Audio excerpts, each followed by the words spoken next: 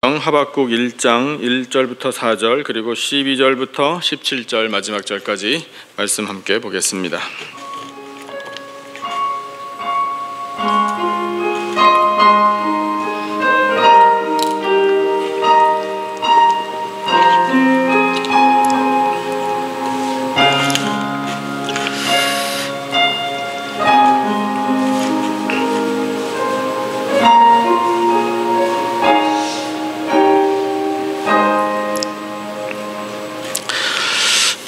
구약성경 1302페이지 하박국 1장 1절부터 4절까지 그리고 12절부터 17절 마지막 절까지 두 부분으로 나누어서 말씀을 함께 보겠습니다. 먼저 1장 1절로 4절까지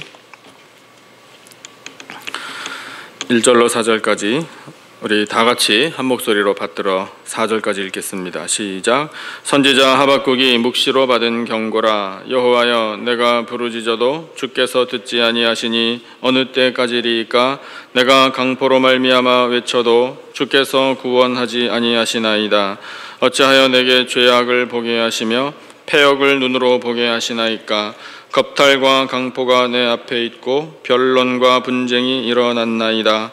이러므로 율법이 해이하고 정의가 전혀 시행되지 못하오니 이는 악인이 의인을 애워쌌으므로 정의가 굽게 행하여짐이니이다. 아멘. 12절로 넘어가서 12절부터 17절까지 저와 여러분이 한 절씩 교독하겠습니다. 12절을 제가 먼저 읽겠습니다. 선지자가 이르되 여호와 나의 하나님, 나의 거룩한 이시여, 주께서는 만세전부터 계시지 아니하시나이까? 우리가 사망에 이르지 아니하리이다. 여호와여, 주께서 심판하기 위하여 그들을 두셨나이다. 반석이시여, 주께서 경계하기 위하여 그들을 세우셨나이다. 주께서는 눈이 정결하심으로 악을 참아보지 못하시며 패역을 참아보지 못하시거늘 어찌하여 거짓된 자들을 방관하시며 악인이 자기보다 의로운 사람을 삼키는데도 잠잠하시나이까? 주께서 어찌하여 사람을 바다의 고기 같게 하시며 다스리는 자 없는 벌레 같게 하시나이까? 그가 낚시로 모두 낚으며 그물로 잡으며 투망으로 모으고 그리고는 기뻐하고 즐거워하여 그물에 제사하며 투망 앞에 분향하오니 이는 그것을 힘입어 소득이 풍부하고 먹을 것이 풍성하게 됨이니이다. 그가 그물을 떨고는 계속하여 여러 나라를 무자비하게 멸망시키는 것이 옳으니까. 아멘. 하나님께서는 모든 인생을 다 창조하셨고 일거수일투족을 다 지켜보고 계시는 줄로 믿습니다.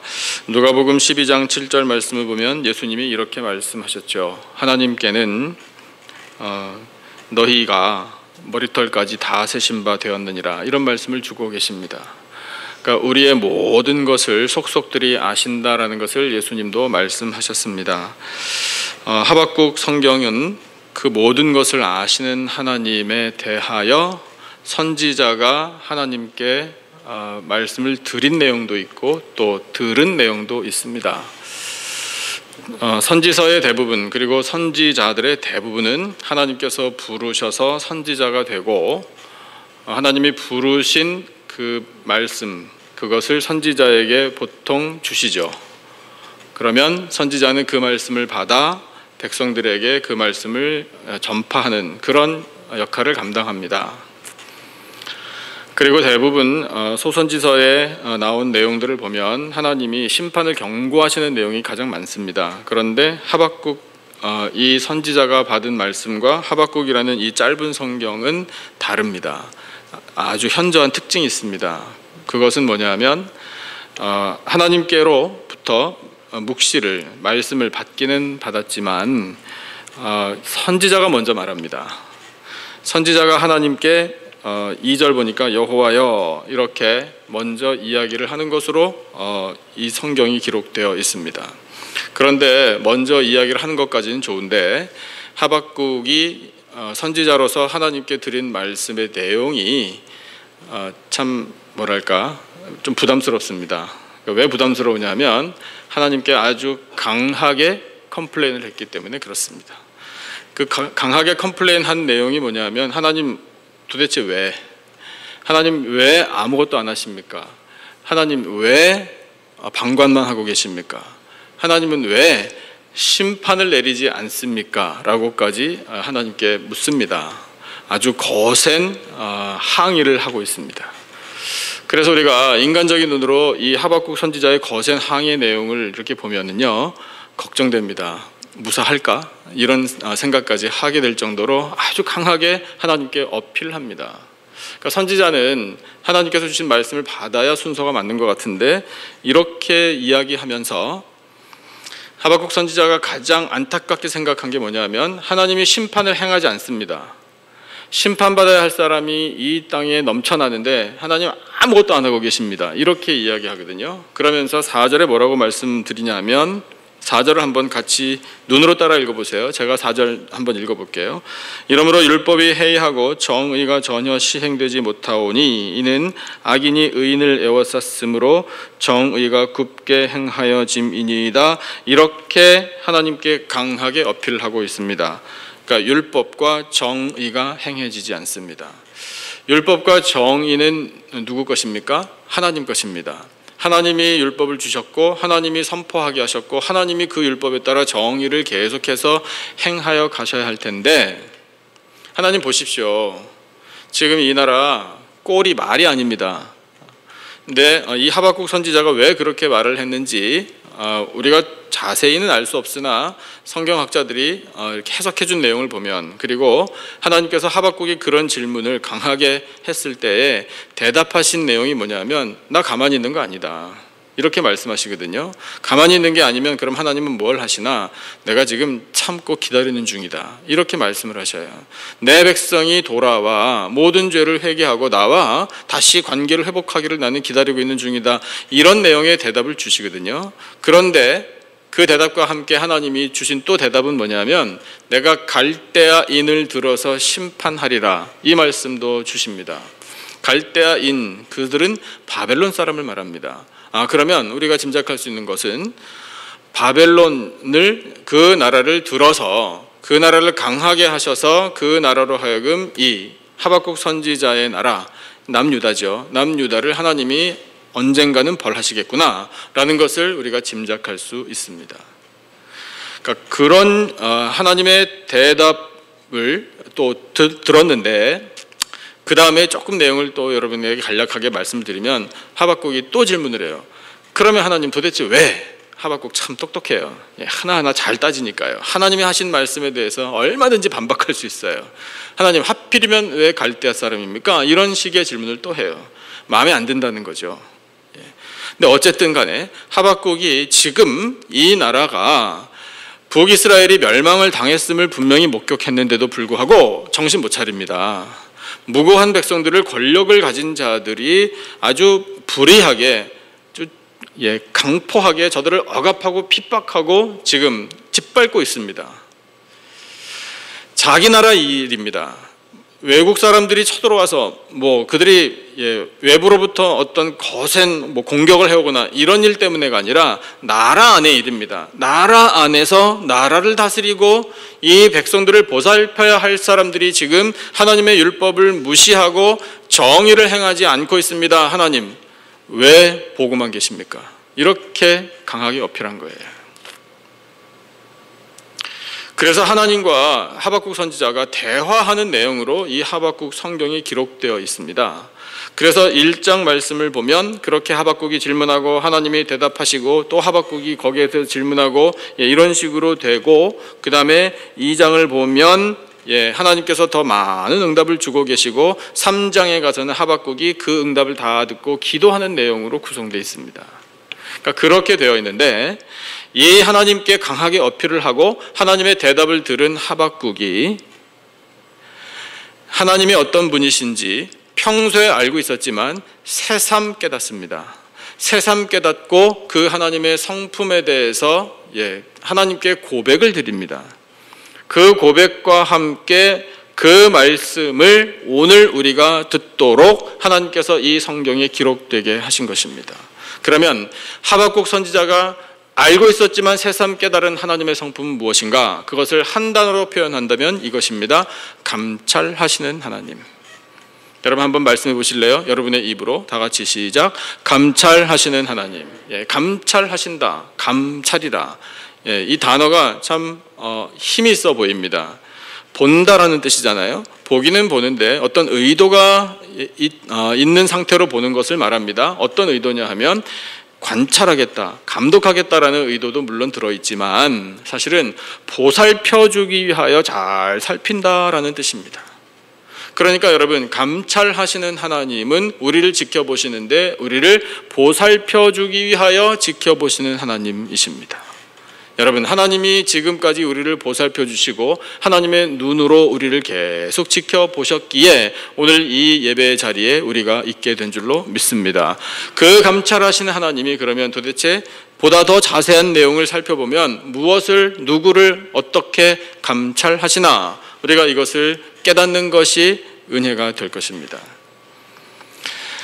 하나님은 무엇을, 누구를 감찰하시는지 오늘 주신 본문을 통해서 보면 가장 먼저 우리가 알 수 있는 것은 이건 상식적인 일입니다. 그리고 성경에 많이 전반에 걸쳐서 하나님이 감찰하신 하나님으로 나오실 때마다 그런 성경 구절이 나오는데, 하나님은 마음을 감찰하십니다. 마음을 감찰하신다라는 것은 다르게 표현된 것을 살펴보면 우리의 중심을 보신다라고 표현되어 있습니다. 하박국 선지자 훨씬 전에 옛날에 이런 일이 있었습니다. 이스라엘의 초대 왕 사울이 있었습니다. 그런데 사울이 하나님 뜻에 전혀 합당하지 않고 도리어 하나님 뜻에 위배되는 말과 행동을 가졌습니다. 그래서 하나님이 사울 왕을 폐하기로 결정하셨죠.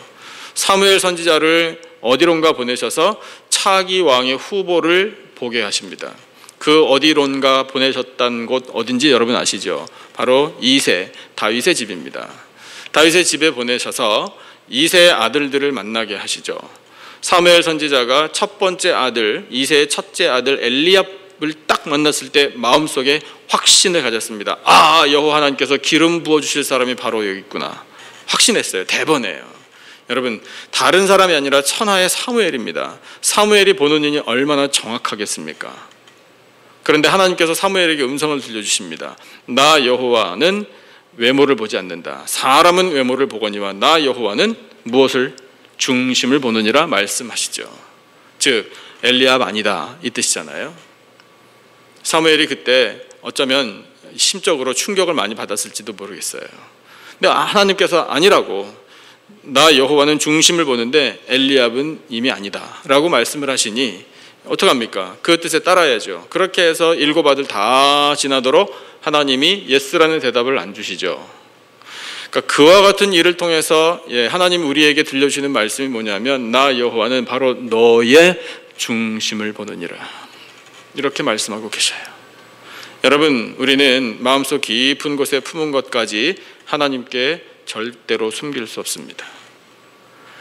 여러분, 우리 사람의 계획, 우리 사람이 가는 길, 이것은 자기가 스스로 생각할 때에는 깨끗해 보여도, 그 길이 바른 길로 생각이 되어도 하나님께서는 어떻게 보실지 모르는 거예요. 여러분, 모든 판단은 우리 하나님 아버지께서 하시는 줄로 믿습니다. 그래서 우리는 우리의 마음속 깊은 곳까지 다 감찰을 하시는 하나님 앞에서 정직해야 합니다. 여러분, 마음속에 품은 계획들이 있으시죠? 축원합니다. 원수 삼는 마음은 하나도 없으시기를 축원합니다. 두고 보자. 두고 봐서 되는 일 없잖아요. 언제 두고 봐서 해결되는 일 있던가요?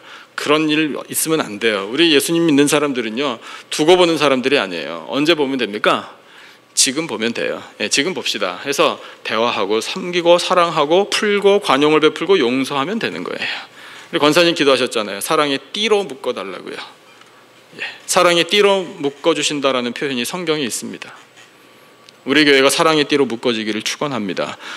그런 우리의 마음속 깊은 곳, 그런 계획, 우리가 꿈꾸는 것, 우리가 바라는 것, 우리의 기도 제목, 우리가 답답해하는 것, 속상해하는 것, 스트레스 받는 것, 즐거운 것, 기쁜 것, 뭐든지 간에 하나님께서는 다 보고 알고 계시는 것입니다. 우리의 중심을, 우리의 마음을 감찰하시는 하나님 앞에서 정직한 영으로 그 하나님 마음에 합당한 마음을 품는 우리들의 인생이 되기를 주님의 이름으로 축원합니다.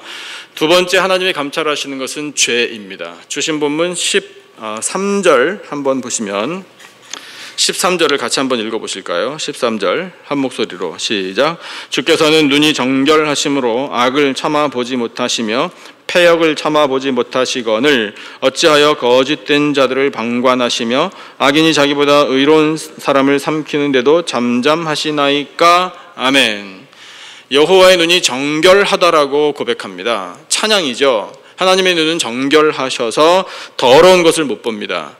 더러운 죄악과 하나님의 정결한 눈은 같이 있을 수가 없습니다. 참아보지 못하신다, 정말 못 보신다는 게 아니잖아요. 하나님의 눈, 그 정결하고 거룩한 눈으로 지켜보시고 감찰하시는 죄악은 소멸될 줄로 믿습니다 라는 거잖아요.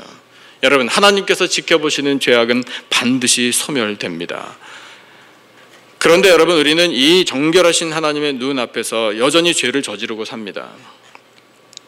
오늘도 우리는 어쩌면 죄를 짓고 이 자리에 왔을지 모릅니다. 그런데 여러분, 하나님께서는 우리가 죄 지은 그 순간에 그것이 죄였다라는 사실까지 다 판단하고 계십니다. 우리는 모를 수 있어요. 그래서 우리가 그렇게 기도하잖아요. 주여, 알고 지은 죄, 모르고 지은 죄. 사실 이런 기도가 참 위험하기 짝이 없는 건데, 왜냐하면 알고도 죄를 지었다니 이 말이 안 되잖아요. 그렇죠? 근데 그만큼 우리가 연약하다는 거잖아요. 근데 모르고 지은 죄가 있을 수 있지 않습니까? 예, 맞아요. 그런데 하나님께서는 그런 죄도 묵과하지 않으셔요. 다 따져 물으시고 거기에 응당한 대가를 무조건 주신다, 이 뜻이 아니에요. 우리가 죄를 지은 그 순간에 그것이 죄였다라는 사실을 하나님은 우리가 깨달을 때까지 기다려 주신다는 거예요.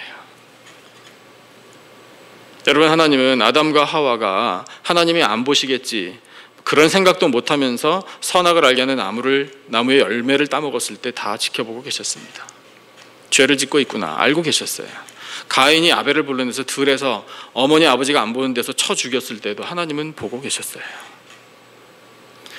소돔과 고모라 성 사람들이요, 또 베냐민 지파의 사사시대의 막바지에 기브아에서 있었던 동성애 현장, 소돔과 고모라에서 우글우글했었던 그 동성애자들의 죄악, 하나님께서는 다 지켜보고 계셨어요. 그러니까 하나님께서 심판을 예비하신 것 아니겠습니까? 아간이 여리고성 무너질 때 정신없어서 아무도 자기를 지켜보지 못할 것이라고 생각했지만, 그래서 물건이 탐이 나서 그것을 숨겼는데 하나님은 그것을 다 보고 계셨다는 사실이에요. 다윗이 밧세바와 간음죄를 저지를 때 누가 알냐라고 생각했겠죠. 하나님께서 지켜보고 계신다라는 건 아예 생각도 못했습니다. 그런데 하나님께서는 다 지켜보고 계셨다고요. 아나니아와 삽비라가 자기 밭을 팔아서 소유의 얼마를 감추는 것을 하나님은 다 보셨다고요. 아무도 본 사람이 없어요. 완전 범죄라고 확신해요. 이것이 죄인의 습성 아니겠습니까? 여러분, 우리라고 다르지 않아요. 아무도 몰라요. 인간 속일 수 있습니다. 배우자도 속일 수 있어요. 부모 자녀 간에도 얼마든지 거짓말해서 넘어갈 수 있어요. 그런데 하나님은 못 속여요. 하나님은 그런 순간에도 다 보셨다고요. 우리가 무슨 말을 했으면, 무슨 생각을 했으면, 무슨 행동을 했는지, 그것이 죄가 되는지 안 되는지를 하나님께서는 다 지켜보시고 다 판단하고 계시다고요. 우리의 죄악을 감찰하시는 하나님이셔요. 그러면 어떻게 해야 합니까? 우리는 무서워서 덜덜 떨어야 돼요. 죄를 지어놓고 우리가 해결하지 못하기 때문에 우리는 덜덜 떨어야 돼요. 떠는 수밖에 없어요. 그것이 경외예요. 하나님, 저는 죄를 졌습니다. 잘못했습니다. 하나님 알아서 처분하십시오 라고 기다리는 게 맞는 거예요. 중요한 건 뭐냐면, 우리가 할 수 있는 건 아무것도 없지만 그 무서운 하나님 앞에, 무섭지만 비록 그 보호자 앞에 나아가서 하나님, 저의 죄악들은 이런 것입니다 라고 자백하는 거예요. 적어도 우리가 인식이 된다면 자백하는 거예요. 성령께서 우리의 마음에 찔림을 주셔서 이것이 죄가 되었겠구나 라는 생각이 들면, 하나님, 이것이 죄가 된 것 같습니다. 제가 어리석어서 미처 몰랐습니다. 이렇게 차라리 고백하는 게 맞는 거예요. 그러면 하나님이 그런 죄를 우리가 자백하면 그는 미쁘사 우리의 죄를 용서해 주신다라고 선포하고 계십니다. 여러분, 하나님은 우리의 모든 죄악을 감찰하시는 분이십니다. 그래서 우리는 이 모든 죄를 하나님 앞에 자백할 때에 그 감찰하시는 하나님의 은혜로 말미암아 죄의 사함을 확신할 수 있고 그 죄의 사슬로부터 자유함을 누릴 수 있습니다. 여러분, 우리의 죄를 감찰하시는 하나님, 그 하나님의 감찰하시는 눈이 도리어 감사한 것입니다. 그것을 이 하박국 선지자가 고백하고 있습니다. 그 고백이 우리의 고백이 되기를 주님의 이름으로 축원합니다. 마지막으로 하나님이 감찰하시는 것은 어떤 것이냐면 주신 본문 14절부터 17절까지의 말씀인데요. 성도의 환난을 감찰하셔요. 14절부터 17절까지는 억울하게 핍박당하는 이 남유다의 백성들의 고충을 하박국이 대신 이야기하고 있는 거예요. 이들이 당하는 꼴이 정말 사람 취급을 못 당하는 것과 같습니다. 이렇게 표현하죠. 그래서 그 사람들을 억압하는 사람들은 마치 물고기를 낚아가지고 그 물고기를 통해서 큰 유익을 얻는 것 같이 그렇게 떵떵거리면서 불의를 행하면서도 잘 살고 있습니다. 하나님, 이것이 이렇게 무자비하게 멸망시키는 것이 옳으니까? 라고 질문을 던져요. 옳으니까? 라는 질문에 대해서 그 다음에 하나님이 주신 대답은 옳지 않다 이거예요. 맞아요. 옳지 않지. 선량한 백성들이 고통당하는 것 옳지 않지. 그리고 불의한 사람들이 그렇게 떵떵거리면서 형통하게 사는 것처럼 보이는 것 옳지 않지. 하나님 물론 말씀하셔요. 그런데 더 중요한 사실은 뭐냐면 그 모든 성도의, 그 모든 하나님의 선택을 받은 백성들의 환난을 하나님께서 감찰하고 계시다라는 사실입니다. 하나님 외면하지 않으셔요. 하나님은 우리의 환난도 외면하지 않으십니다. 우리가 크든 작든 간에 환난과 고통을 당할 때 하나님께서는 지켜보고 계시는 줄로 믿습니다. 지켜보셔서 무엇을 하시나? 감찰하시는 것은 무언가 보살펴 주시고 또 은혜를 주시고 회복하게 하시고 도와주시려고 보시는 눈이라 우리가 그렇게 말씀을 이제 이해하지 않습니까? 그러면 우리가 환난을 당하고 고통을 당할 때 지켜보시는, 감찰하시는 하나님은 우리가 그 환난을 이길 힘을 허락해 주십니다. 그리고 피할 길을 하나님이 내어주시는 줄로 믿습니다. 다윗이 큰 환난을 당한 때가 있었습니다. 한 가지만 한번 떠올려 보면 자기 아들 압살롬이 반역을 저질렀죠.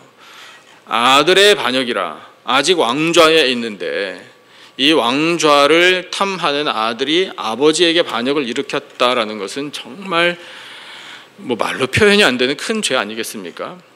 나라 꼴이 어떻게 되겠습니까? 그런 일이 벌어진다면. 근데 아무튼 그런 일을 당했을 때 다윗이 어떻게 했나요? 머리를 가리고 울면서 맨발로 왕궁에서 도망갔습니다. 천하의 다윗입니다. 자기 힘으로 아직까지 아들이지만 반역자는 처단할 수 있습니다. 그런데 아들이어서 그랬나? 심정이 많이 복잡했겠죠. 어쨌든 그렇게 도망을 갔어요. 근데 나쁜 일은 또 한꺼번에 몰려오더라고요. 그렇게 해서 도망갔는데 예루살렘 인근의 바후림이라는 곳에 딱 갔을 때 웬 사람이 이 다윗 왕 쫓겨가는 그 참혹한 꼴로 쫓겨가는 그 도망가는 다윗을 저주하죠. 뭐라고 저주합니까? 이 피 흘린 자여, 너는 저쪽으로 떠나가 버려. 피 많이 흘린 자여, 왕의 자격이 없는 자여, 너 때문에 나라가 혼란스러워졌다. 떠나라. 이렇게 저주하죠. 쫓겨가는 그 다윗 왕의 충신 아비새라는 군대 장관이 따라갔었습니다. 아비새가 뭐라고 얘기했을까요? 군대 장관입니다. 일당 100입니다. 왕이시여 가서 당장에 목을 베어버리겠습니다. 이랬어요. 그때 다윗이 말렸습니다. 그러지 마라. 왜냐하면 그 시므이라는 사람이 나를 저주하는 건 여호와 하나님께서 그를 통해 나에게 들으라고 하시는 말씀이다. 이렇게 해석해요. 가만두어라.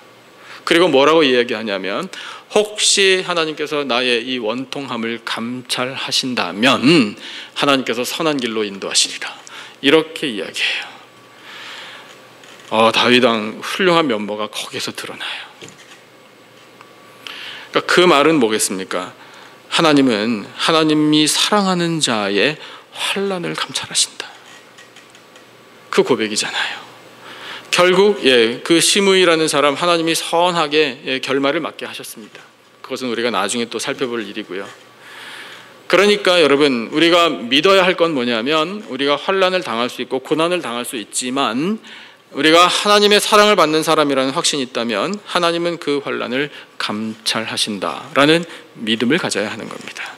우리의 환난을 감찰하신 하나님이 그 환난을 이겨낼 수 있는 힘을 허락해 주시고 이 환난과 고통에서 벗어날 수 있는 길을 열어주셔서 우리로 하여금 하나님의 은혜로 회복되게 하여 주신다라는 믿음, 그 믿음이 우리에게 있기를 축원합니다.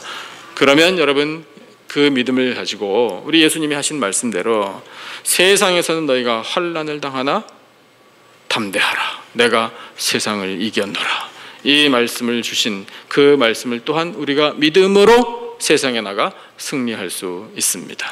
우리를 감찰하신 하나님, 그 하나님이 오늘도 살아계시고 내일도 살아계실 것이고 우리 평생토록 우리를 감찰해 주실 줄로 믿습니다. 감찰하신 하나님, 그 하나님과 그 하나님의 임재를 우리가 늘 확신하고 그 하나님과 동행함을 또한 우리가 확신하여 믿음으로 승리하고 하나님의 영광 나타내는 우리의 거룩한 삶이 되기를 주님의 이름으로 축원합니다.